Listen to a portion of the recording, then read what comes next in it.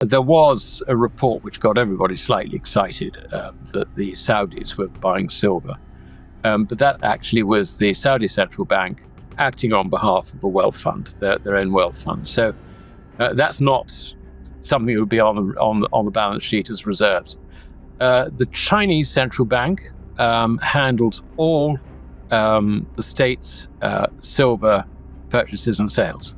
It does that anyway, but it doesn't. This is not something that they put on their own balance sheet. But other than that, I think that central banks are basically out of it. I would think that governments may or may not accumulate silver for whatever purpose. I can see, for example, perhaps the Indian government might be interested in accumulating silver because it is trying to develop a solar, photovoltaic solar, industry. We have to understand that over long periods of time, gold's purchasing power is relatively stable. So we can assume that the prices, let us say, of 150 years ago, or even more in many cases where you've got records, should be similar to the prices today. But the consequence of the fiat currency system has been to depress, in real terms, in gold terms, the values of commodities as a whole. Now, the article you're referring to, I demonstrated this with a basket of base metals. And that basket of base metals works out at being priced in gold at an 80% discount to its value at 1900, the year 1900. Now, that is obviously absolutely crazy. I mean, we can expect some volatility. I mean, if it was, let us say, at a 20% discount or a 30% discount, or indeed a 20 or 30% premium, we'd say, okay, that's normal volatility. Within the bounds of normal volatility, we wouldn't really draw any specific conclusions from that. But when you're 80% discount on the long-term value of the basket, it's very, very undervalued. So what we will see, I believe, with the collapse, if you like, or the ending of the fiat currency system, is we will see these metal prices rise in real terms, which can only be measured by their price in gold. When we price a basket of base metals or raw materials in gold instead of fiat currency, a startling observation emerges. Today's values are dramatically lower than they were around 1900. The decline isn't a matter of modest cyclicality. One analysis found about an 80% drop in such a basket priced in gold over that span. The implication is a profound undervaluation of commodities relative to gold. This is not simply about reduced demand, but about a currency-based pricing distortion. As well as, in terms of the falling purchasing power of the fiat currencies as they quietly die. So what you're going to get is far higher dollar, euro, yen, sterling prices for base metals. And with the catch-up factor, this could even overtake the value of gold reflected in fiat currencies because it is at such a discount. Now, I'm sure that many economists would say, well, how is this possible? Because, we're on the verge of recession and all this sort of stuff. And so, demand for these things is going to drop. But this is not a demand story. This is a valuation story. That's the first thing I would make. The second point I would make is that roughly 70% of the world's population is rapidly industrializing. It's us who are in trouble, not BRICS, Shanghai Cooperation Organization, China, Russia. I mean, they basically are revolutionizing what we used to call the emerging world. They're rapidly industrializing. They will need these commodities. And the thing that's very worrying is that it's not just base metals.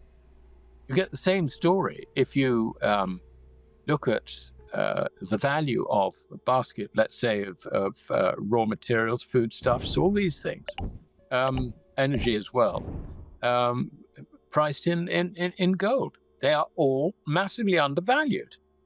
And the collapse of fiat currencies is going to bring this out. It's bound to. It really is bound to, because the majority of the world is, far larger in terms of population than us, is going to demand this stuff anyway. The discount reflects what happens when fiat money is used as the benchmark. As currencies depreciate, commodity prices denominated in those currencies may appear stable or rising modestly, but when measured in gold, they fall. And if the fiat system weakens further, the currency prices of commodities may surge sharply, simply to restore their gold-based value. History suggests this is a valuation story more than a demand story. The real shift occurs when purchasing power erodes and conversion to gold matters. So, what I would see is a new phase, if you like, of inflation, what they call inflation, which actually is just loss of purchasing power of the currency. That's going to be upon us. And we're going to see prices rising very, very rapidly over the next 2 to 3 years. I don't know how long it'll take before the currencies actually, sort of finally become worthless. But that is the direction in which they're going. And if a currency becomes worthless, then by definition, prices in those currencies just go sky high. Infinity, whatever. So, this I think is the outlook. And I can't see that anyone else is really thinking ahead in this way. They're all sort of thinking, well, we're going to get a cut in interest rates by the year end from the Fed, or maybe even 2. It's, the Fed are in control, and come on, they're not. They've actually got a very, very difficult hand to play, and I don't think it's playable. And it's not helped by President Trump. A very good example of where this is, American power has all gone absolutely wrong is this recent spat with China, where China said, right, we're going to restrict exports of rare earths, and they control the markets in these things. Trump turns around and says, well, if that's what you're going to do, I'm going to raise tariffs by another 100%. What do the Chinese do? They say, it's often assumed that commodity demand must drop in a recession, but the broader picture is different. Roughly 70% of the world's population is still industrializing, particularly in regions outside the traditional Western economies. These rising economies are driving raw material consumption. Combined with the undervaluation of commodities in gold terms, this dynamic points to a latent upward pressure that may be unleashed as currencies weaken further and global resource needs surge. Your problem, mate. We don't care. We don't like you. We don't want to deal with you. You're less than 10% of our export trade. So we don't care. That's not our focus. That's not where we're going. We don't want your currency. We don't necessarily need your trade. So, yeah, I'm afraid the ban on rare earth stays. What does Trump do? Tries to back down. There's a phrase they have it in Taco. Taco, yes. Trump always chickens out. But when he chickened out again on India and Modi. He turned around to Modi and threatened, I think it's 50% tariffs, unless they stopped refining Russian oil. And Modi allegedly refused to pick up the telephone to Trump on several occasions. And then in the following week, guess where he was? He was in China, hugging and kissing with Putin and Xi. That tells the story. America has lost the plot completely. I think there is. I think there are some reasonable thinkers in the deep state, and I think now what they're doing, they actually do realize this, and so what they're doing is they're thinking, okay, we got to control the bit of world we can control, which is the Americas. So you can see that they're concentrating on rescuing Argentina. They're concentrating on trying to destabilize Venezuela. And my guess is that the next one is that they'll try and get Brazil out of BRICS and into their camp. So I think that's where America is going. I think there's a sort of tacit admission that they've lost the geopolitical fight against China and Russia. Maybe not entirely, but there's a plan B, I think, to just control the Americas and just retreat to that. But if they do that, you've still got the problem that the majority of the world is going to get rid of the dollar, and probably very, very quickly. Beyond raw demand and valuation mechanics, geopolitical shifts are reshaping the monetary landscape. Major economies are taking steps toward alternative currency gold linkages and reducing dependency on the traditional reserve currency system. This realignment influences not just foreign exchange dynamics, but also the pricing of raw materials, metals, and precious metals. The outcome may be higher fiat currency prices for commodities as the old system loses dominance and gold reasserts its monetary role. And as the dollar itself sinks in its purchasing power, you can see that the Chinese have already put into place the facilities to make the yuan exchangeable for gold. I mean, the SGE has opened vaults in Hong Kong. They're building a vault in Saudi Arabia. And there's also talk of various facilities to exchange gold for yuan in Southeast Asia. So, this is happening. And I think at some stage, to protect the yuan, the Chinese can just flick a switch and say, right, this is the exchange rate. Boom. And it'll be not for lowly people like us. It'll be for, at a governmental level, rather like a sort of Bretton Woods Mark II, if you like. I think that's the way China sees it. But they'll have to protect their own currency from the fallout, I think, of a collapsing Western fiat currency system. I don't take that seriously. No, there was a report which got everybody slightly excited that the Saudis were buying silver. But that actually was the Saudi central bank acting on behalf of a wealth fund, their own wealth fund. So that's not something that would be on the balance sheet as reserves. The Chinese central bank handles all the state's silver purchases and sales. It does that anyway, but it doesn't. This is not something that they put on their own balance sheet. But other than that, I think that central banks are basically out of it. I would think that governments may or may not accumulate silver for whatever purpose.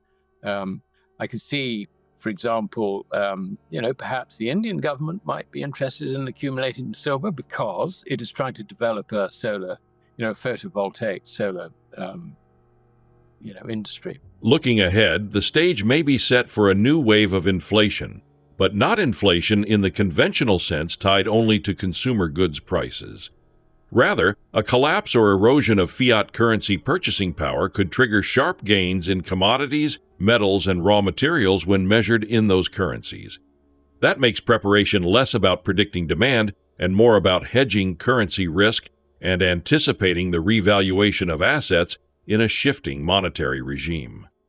But I would think that rather than the Indian government actually doing it, I think they would, their approach, if you like, is to encourage the larger multinational Indian-based corporations to develop their photovoltaic industry. So that certainly is happening with outfits like Reliance Industries, which is a very, very big Indian-based business. So central banks are basically not involved in it. No, I would discount that entirely. I mean, I think about the only thing they can do is go to the refiners and say, please let us have some. The refiners will say, join the queue. And then they say, okay, we're in the queue. I mean, that's about all they can do. They can pick up bits. I mean, one thing that has been happening, actually, and this is the way in which they would do it, I think, if I was running an ETF, is to stand for delivery on COMEX. I mean, already the stands for delivery on COMEX, I think, I haven't got the figure in my head, it was well over 11,000 tons of silver this year so far. I mean, if you put it into context of global mine supply, so far, the delivery of silver, the stands for delivery, not necessarily going out of the warehouses, but stands for delivery. In other words, we can assume this is going into hoarders' hands, if you like, including ETFs. It's the equivalent of, I think, it's almost 60% of global mine production. Given so far this year. So I mean, global mine production is about 800 million ounces. So we're looking at global mine production for 10 months of the year, which is where we've got to. And COMEX is delivering. It's the largest silver mine in the world.